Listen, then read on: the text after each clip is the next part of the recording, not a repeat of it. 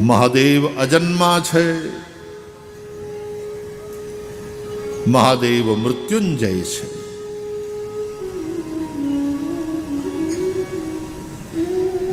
એને જ પ્રાર્થના કરાય, મૃત્યોર મુક્ષીય. હે સર્વ વિદ્યાઓના અધિપતિ ભગવાન સોમનાથ, અમને અજ્ઞાનથી મુક્ત કરો, અમને અવિદ્યાથી દૂર કરો, જેથી કરી નથી છતાં દેખાય છે એ મૃત્યુનો ભય મટી જાય.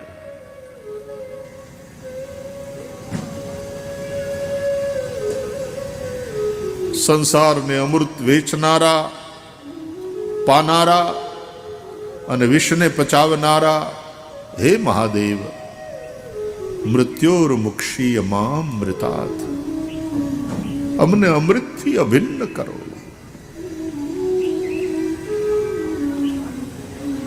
હે વિદ્યાના અધિપતિ,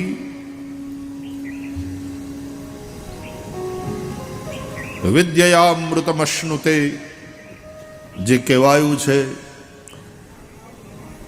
એ વિદ્યા દ્વારા અમે અમૃતનું અશન કરીએ. ભગવાનનું એક નામ છે, અમૃતાશી છે ભગવાન, અમૃતનું અશન, ભોજન કરનારા.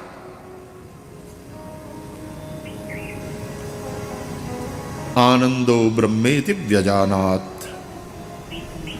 આનંદે નૈવ ઇમાની ભૂતાની જાયન્તે, આનંદે નૈવ જાતાની જીવંતી. ભગવાન આનંદગન છે. ચિદાનંદ રૂપ શિવોહમ શિવોહમ, સચ્ચિદાનંદ રૂપાય વિશ્વોત્પત્યાદિ હેતવે તાપત્રય વિનાશાય શ્રી કૃષ્ણાય વયમ નુમઃ.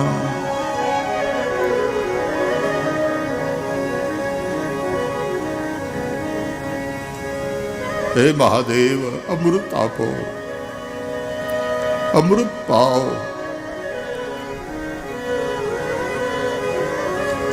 એ કોક જમતું હોય અને એની પાસે કૂતરું પૂંછડી પટપટાવતું આમ ઓહરીમાં બેહીને જમતો હોય ને ફળિયામાં કૂતરું પૂંછડી પટપટાવતું હોય, ભૂખ્યું થયું હોય, ખાતા ખાતા એ માણસ રોટલાનો ટુકડો આમ કૂતરા નીરી દે.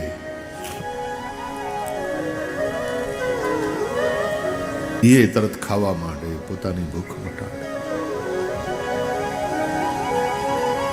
અને મહાદેવ તો એવા ઉદાર છે કે તમને હેરાન કરનારા ઝેર નહીં, પોતાને ઘેર રાખે અને અમૃત પાય. પીઓ છોકરાઓ, અમૃતનો એક અર્થ છે આનંદ.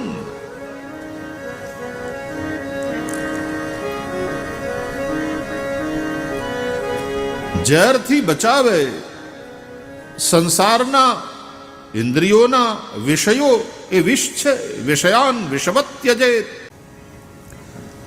એનાથી આપણને મુક્ત કરે, એનાથી આપણને બચાવે અને અમૃત પાય એવા મહાદેવ. આશુતોષ અવઢરદાની, હે સોમનાથ, હે પ્રલયંકર, લય મોક્ષ, પ્રકૃષ્ટ લય, પ્રલય, મુક્તિ.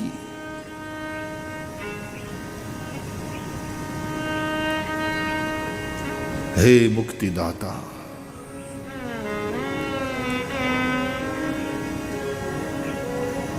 भगवान काशी विश्वनाथ महादेव जिस प्रकार ज्योतिर्लिंग सोमनाथ में विराजमान है, वाराणस्याम तो विश्वेशम, वाराणसी में विश्वनाथ के रूप में विराजमान है. वहां बैठकर वो क्या करते हैं? बोले मुक्ति के दाता है. मुक्ति जन्म महि जानी ज्ञान खानी अघहानी कर जह बस शंभु भवानी सो काशी से ईय कसन जरत सकल सुर वृंद विषम गरल जहि पान किय तेहि न भजसि मन मंद को कृपालु शंकर सरिस। शिव समान दाता नहीं विपत विदारण हार लज्जा मोरी राखियो ए शिव नंदी के असवार। शिव समान दाता नहीं विपद विदारण हार भोले लज्जा मोरी राखियो शिव नंदी के असवार।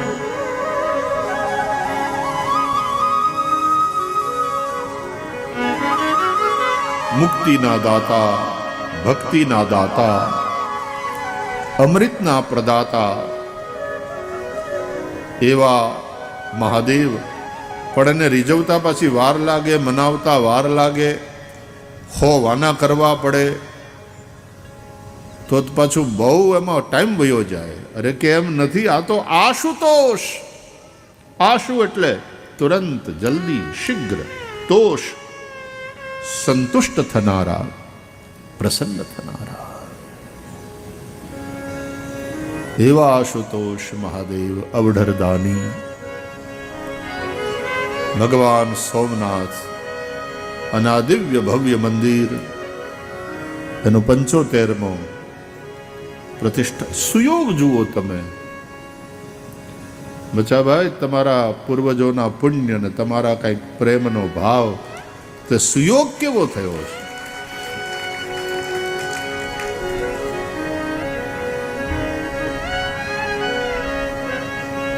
શિવ પ્રતિષ્ઠા, એક એક શરીર શિવાલય છે. દેહો દેવાલય પ્રોક્ત,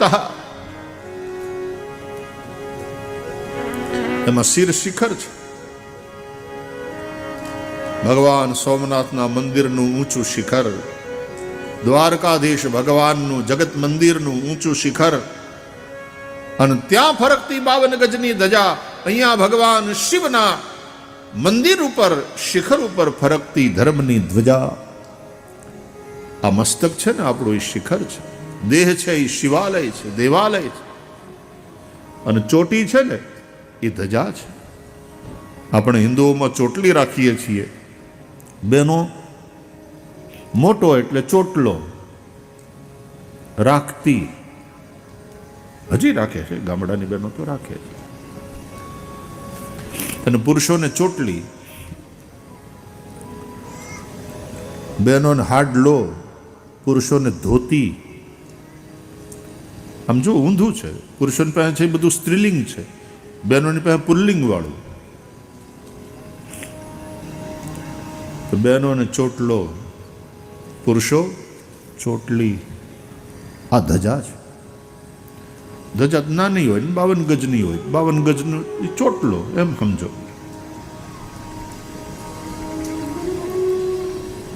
હૃદય છે, ગર્ભગૃહ છે, અને એમાં આત્મા છે, શિવ છે. મહાદેવની પ્રતિષ્ઠા છે. મંદિરને કેટલાય વિધર્મીઓએ કેટલી વાર તોડ્યું, અથવા તો કેટલાક સેંકડો કે 1000 વર્ષ પછી મંદિર જૂનું થાય એટલે તૂટી પણ જાય, ધ્વસ્ત થઈ જાય, એવું પણ બને ને. જેને કોઈએ તોડ્યું ન હોય મંદિર બધા ટકે જ છે એવું ખરું? કેટલાક સમય પછી તૂટી જાય, ધ્વસ્ત થઈ જાય. જૂનું રે થયું દેવળ જૂનું તો થયું, મારો હંસલો નાનો ને દેવળ જૂનું તે થયું. મંદિર તો પડે, મંદિર એક દિવસ ધ્વસ્ત થાય. તો કોઈના બાપની તાકાત નથી કે એની અંદર બેઠેલા ભોળિયાનાથને કોઈ મિટાવી શકે. એને કોઈ ધ્વસ્ત કરી શકે? હમણાં એક વિધર્મી એની ઓલી યુટ્યુબ ઉપર આપણા ગણેશજીની મૂર્તિને આમ હથોડી મારીને તોડતો હતો. લ્યો, તમારો ભગવાન મારું કંઈ બગાડી લે તો કયો, જો એ તમારા બધાની સામે આ તોડું છું, આ તોડું છું. ગણેશ તમારું મારું કંઈ બગાડી, તમારો ગણેશ મારું કંઈ બગાડી લે કયો, દેખાડો. આમ કરીને એણે ગણેશની મૂર્તિને તોડી વિસર્જિત કરી. ભાઈ, તારા માટે ગણેશ છે જ નહીં, એ તો ખાલી એક પૂતળું છે. કારણ કે તને ક્યાં શ્રદ્ધા છે? ગણેશ તો એના માટે જેને શ્રદ્ધા હોય. શ્રદ્ધામયોયમ પુરુષ યો યશ્રદ્ધસ્સ એવ સહ. तेरे लिए तो केवल भूत है, गणेश नहीं है.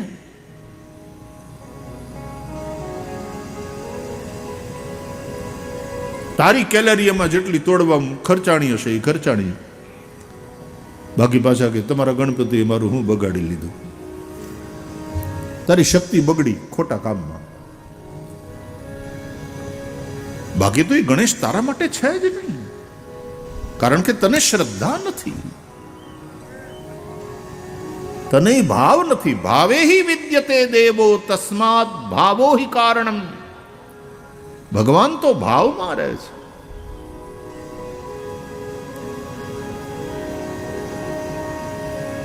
અને ધર્માંધ મઝહબી અંધતા વાળા તું શું તોડવાનો, તું શું વિસર્જન કરવાનો? અરે અમે ગણેશ ચોથના ગણપતિ બાપાને તેડીએ, મૂર્તિ લઈ આવીએ અને એમાં અમારા ગોર બાપા પ્રતિષ્ઠા કરાવે, આવાહન કરાવે.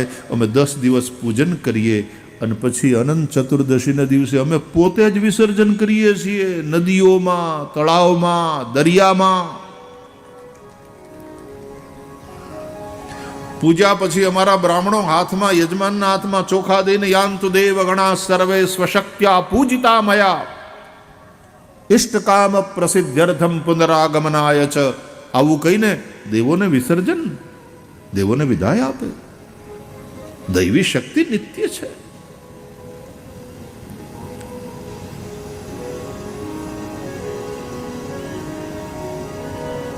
એ નિત્ય છે. આત્મા ત્વમ ગિરિજામતિ સહચરા પ્રાણા શરીરમ ગૃહમ. આ શરીર છે એ જ શિવનું ઘર, એટલે કે શિવાલય. આત્મા એ જ શિવ. એ મરતો જ નથી, એ જન્મતોય નથી અને એ મૃત્યુંજય છે.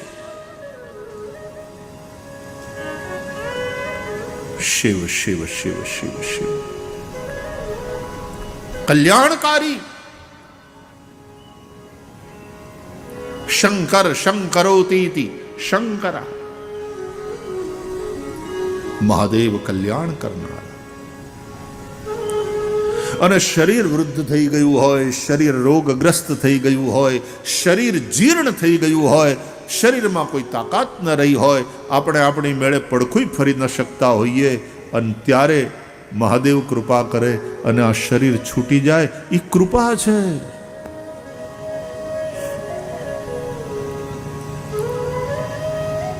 આ કૃપા છે. નહીં તો દેહના દંડ ભોગવતા ભોગવતા સેંકડો વર્ષ તમારે આમને આમ પથારીમાં પડ્યા રહેવું પડે. ગમશે? કબૂલ છે? ડોક્ટરને માણસ કરતો હોય છે, ડોક્ટર સાહેબ હવે તો એક ઇન્જેક્શન એવું આપી દો કે આ શરીર છૂટી જાય. આ પીડા હવે સહન નથી થતી. મૃત્યોર્મુક્ષીયમામૃતાત.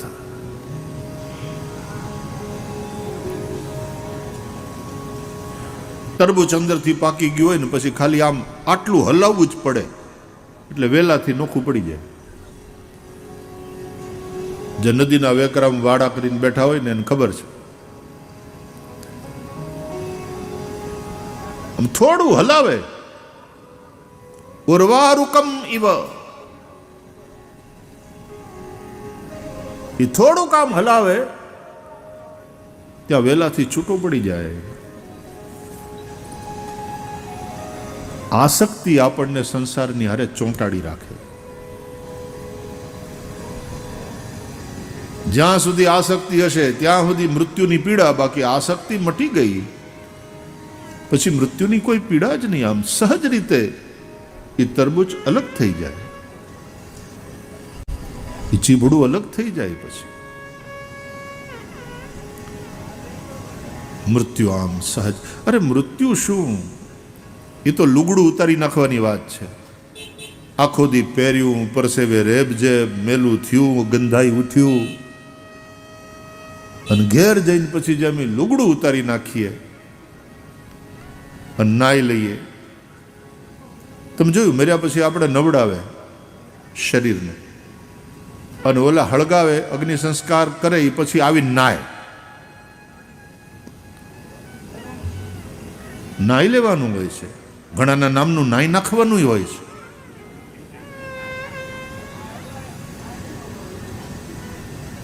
અને પાછા આપણા તો નાવાને લઈને કેટલાય વાક્ય પ્રયોગો કે એણતભાઈ કેટલાયને નવડાવ્યા. રૂપિયા બધાને લઈને વયા જાય, કેટલાય નવડાવી નાખે. એટલે ઘણાના નામનું નાઈ નાખવાનું હોય. પણ માણસ મરે એટલે એના શવને પણ સ્નાન કરાવવામાં આવે, અને એ શવના દાહ સંસ્કાર કરે પછી લોકો ઘરે આવીને નાહે. નાવું જ પડે.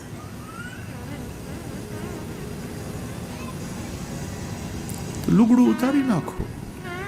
વાસાંસી જીર્ણાની યથા વિહાય નવાનિ ગૃહણાતિ નરો પરાણી તથા શરીરાણી વિહાય જીર્ણાન્યન્યાની સંયાતિ નવાની દેહી. હે મારો દ્વારકાનાથ કૃષ્ણ કનૈયો, ગીતાનો ગાયક, આ વિદ્યાના અધિપતિ મહાદેવ અને જગતગુરુ શ્રી કૃષ્ણ. આપણે અહીંયા સોમનાથમાં બેઠા છીએ ત્યારે એમના વચનો, એની લીલા અને એના આનંદ સ્વરૂપનું સ્મરણ કરવાનું છે. થઈ જાઓ પ્રલય, જે પણ અનિત્ય છે બધું જ મટી જાય. આપણા જીવનમાંથી એ જ્ઞાનનો એવો અગ્નિ પ્રગટે કે જે પણ નશ્વર છે, જે પણ અનિત્ય છે, એ બધું મટી જાય, બધું હળગી જાય, અને એની ભસ્મ પછી આમ ત્રાયુખન જવદગ્ને હે કસ્ય પશ્ય ત્રાયુખમ જદ્દેવે ખુત્રાયુખન તન્નો અસ્તુ ત્રાયુખમ. અંગે ભસ્મ સ્મશાનની ચોળી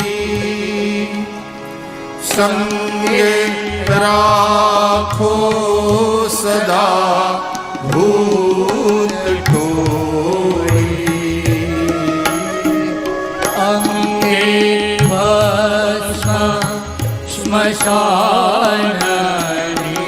ચોળી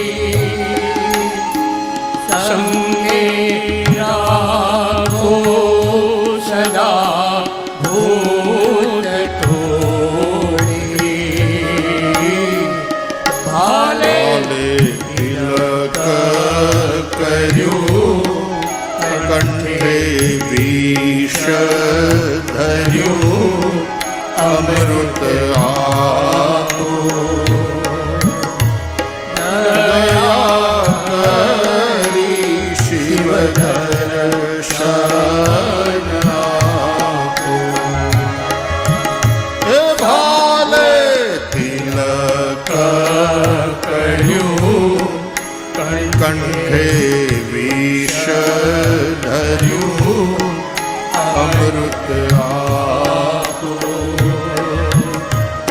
દયા કરી શિવ દર્શન આપો. શંભુ શરણે પડી માવું ઘડીએ ઘડી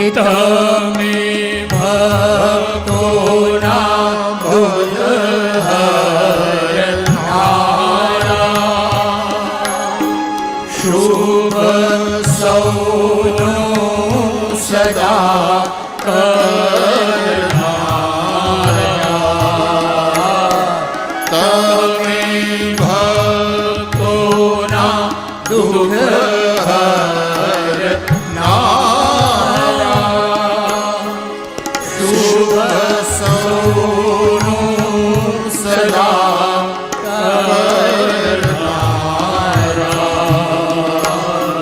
હું તો મંદમતી તારી અકળગતી કષ્ટ થાઓ દયા કરી શિવ દર્શન આપો. શંભો શરણે પડી માવું ઘડીએ ઘડી દર્શન આપો.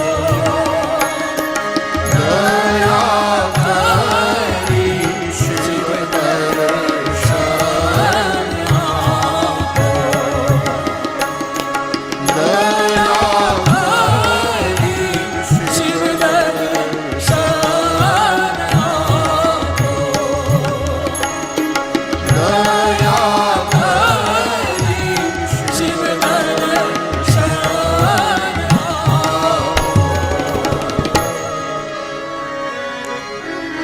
એવા આશુતોષ અવઢરદાની, જેનું એક નામ છે ભવ, એ પાછા ભવ ભય હરણ છે.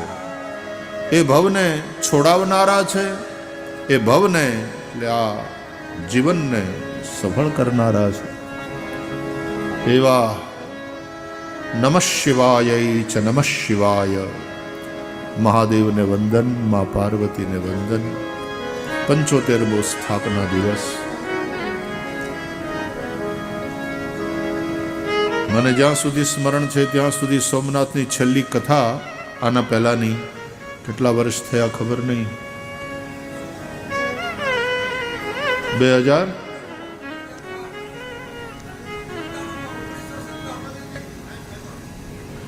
ના એ સોમનાથ ટ્રસ્ટના દ્વારા આયોજિત હતી 2016માં. અને ત્યારે ગુજરાતના પૂર્વ મુખ્યમંત્રી અને ટ્રસ્ટના અધ્યક્ષ હતા માનની કેશુભાઈ પટેલ, અને એ પણ કથામાં પછી થોડા દિવસ રહ્યા હતા.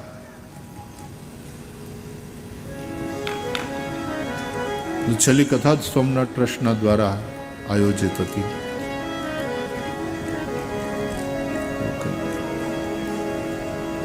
અને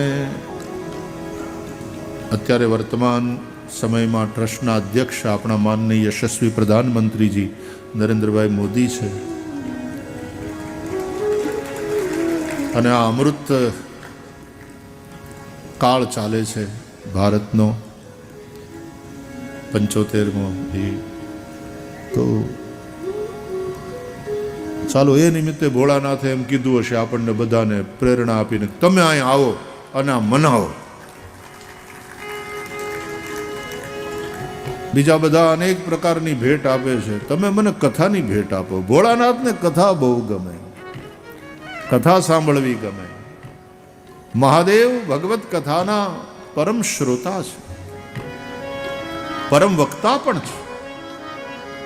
મહાદેવ કથા સંભળાવે પણ છે અને મહાદેવ કથા સાંભળે પણ છે. રામ કથા નિત શિવજી ગાવે. શિવ સમાન વૈષ્ણવ કોઈ નથી, અને શ્રી કૃષ્ણ દ્વારકાધીશ અથવા ભગવાન વિષ્ણુ સમાન શૈવ કોઈ નથી. ये विशेषता है हरि और हर की.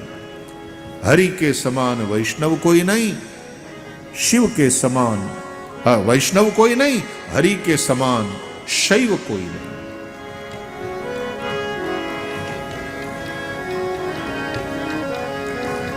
આમ એક બાજુ હરિ ને એક બાજુ હર.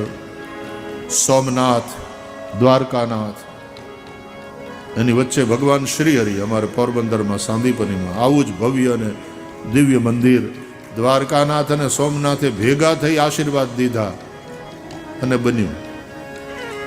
એટલે ત્યાં પણ ભગવાન શિવ પણ બિરાજે છે, શ્રી હરિની સાથે શ્રી કૃષ્ણ પણ બિરાજે છે, રામજી પણ બિરાજે, જાનકી વલ્લભ ભગવાન. અને માં તો કરુણામયી માં.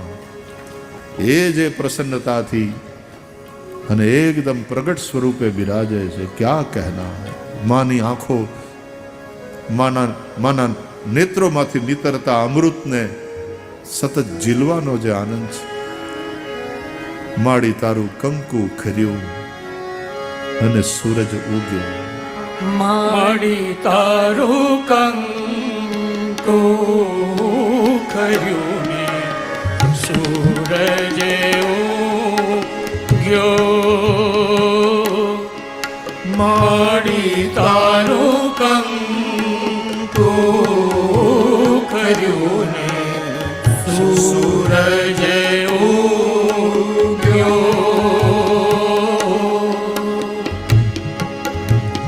જગતે જાણે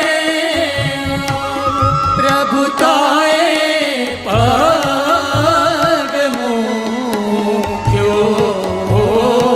કંકુ ખર્યું ને સૂરજ ઉગ્યો. અરે માડી તારું કંકુ ખર્યું ને સૂરજ ઉગ્યો. અરે માડી તારું કંકુ ખર્યું ને સૂરજ ઉગ્યો.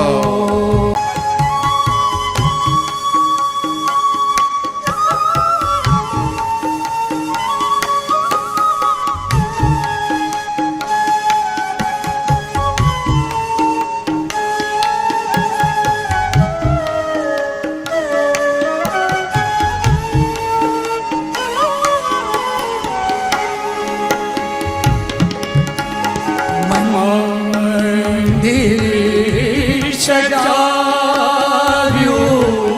ને ખંડારા બગાવ્યો. નભનો ચંદરવો મારી આંખોમાં આવ્યો. દીવો મંદિરનો ચાંદો આવી પૂર્યો. કંકુ ખર્યું ને સૂરજ ઉગ્યો.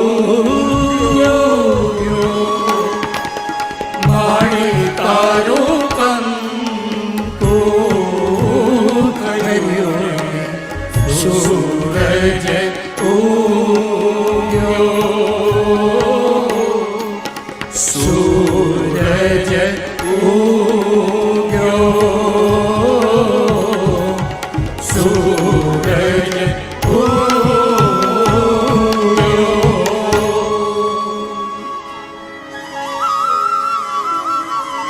પરાંબા ભગવતી જગદંબા મા કરુણામયી, એના નેત્રોમાંથી જે વાત્સલ્ય નીતરે છે. તો એક બાજુ દ્વારકાનાથ, એક બાજુ સોમનાથ, અને વચ્ચે ચેનમાં લોકેટ જેવું હરિમંદિર. ત્યાં ભગવાન શ્રી હરિ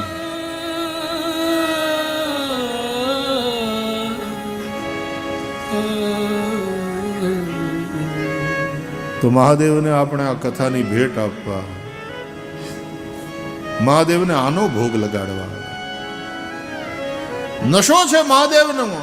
મહાદેવને શેનો? બોલે સમાધિનો. નશો છે મહાદેવને શેનો? બોલે હરિના નામનો.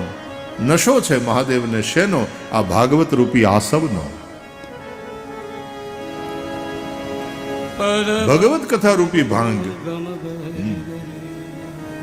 બીજી ભાંગ નહીં, ભગવત કથા રૂપી ભાંગ. अर्धंग भवानी है जिनको वे भंग का सेवन करते हैं,